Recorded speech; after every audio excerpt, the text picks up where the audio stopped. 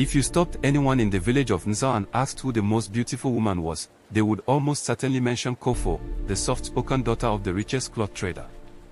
She moved like flowing water, smiled gently, and spoke so quietly people leaned in just to hear her. But if you asked who the most feared woman was, whose name made traders clutch their goods tighter and mothers hush their children instantly, everyone would give the same answer without thinking twice. Tosin. Tosin wasn't physically unattractive, but her temperament was sharp enough to spoil milk. She was fire without restraint. The daughter of Bobasei, a modest palm wine tapper, yet she carried herself like someone born to command armies. The trouble began one sunny morning at the marketplace. "Mama Ao, you are a thief, bold and shameless," Tosin shouted, her voice cutting through the noise of bargaining voices. Mama Ao, an elderly pepper seller respected by all, trembled as she adjusted her wrapper. "Please, Tosin. I only increased the price a little. Fuel is expensive." "Fuel?" Tosin scoffed loudly. "Does pepper drink petrol?" She clapped her hands theatrically. "You're selling spoiled peppers at the price of gold and calling it business. Return my change now, or I scatter this basket and let the goats celebrate." A handsome young farmer tried to calm things down. "Please, let's all relax." Tosin shoved him aside. "Because you planted 3 yams, you think you can talk?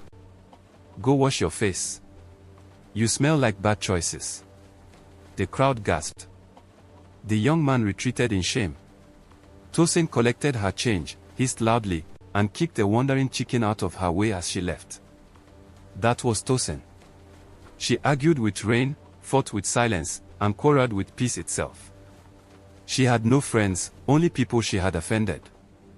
Her mother, Mama Mayo, spent most days apologizing on her behalf. So when the town crier announced that King Wale, ruler of Nso, was ready to choose a new wife, the entire village celebrated. Everyone looked to Kofo, to Fong the teacher, to Imisi the priest's daughter. No one, even our own family, thought of Tosin.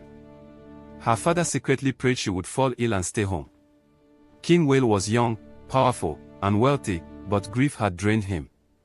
His first wife had died 2 years earlier, and since then, the king had grown thinner and quieter.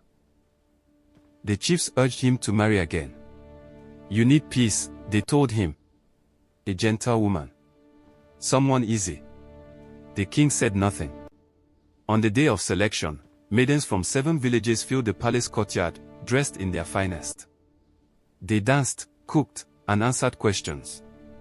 Kofo was flawless, graceful, obedient, beloved. Then came Tosin, forced by her mother. She wore a plain dress and looked uninterested. When asked what she would do if the king angered her, she replied flatly, "Is the king God? If he behaves foolishly, I will tell him. A wife is not furniture." The courtyard froze. The chiefs erupted in outrage, until the king raised his hand. He stepped down from the throne, walked past Kofo's shy smile, stopped in front of Tosin's defiant stare. "You would call the king foolish?" he asked. "If the crown sits on an empty head, it will fall," she replied. Instead of anger, the king smiled, for the first time in 2 years. "I have chosen," he announced. "The next queen of Nzo is Tosin." The village exploded in shock. They whispered of charms and witchcraft. But the wedding happened. Tosin became queen, and she did not soften.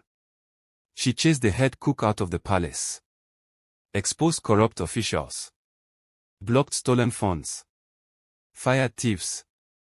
The servants feared her. The chiefs hated her.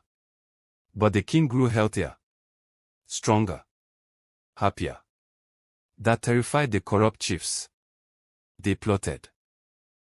Using jealousy and lies, they manipulated Kofo into delivering poisoned wine during the New Yam festival. But Tosin refused the drink.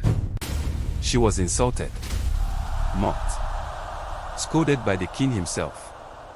That night, a dog drank the spilled wine. The dog went mad and died. The truth was revealed. The king realized something chilling.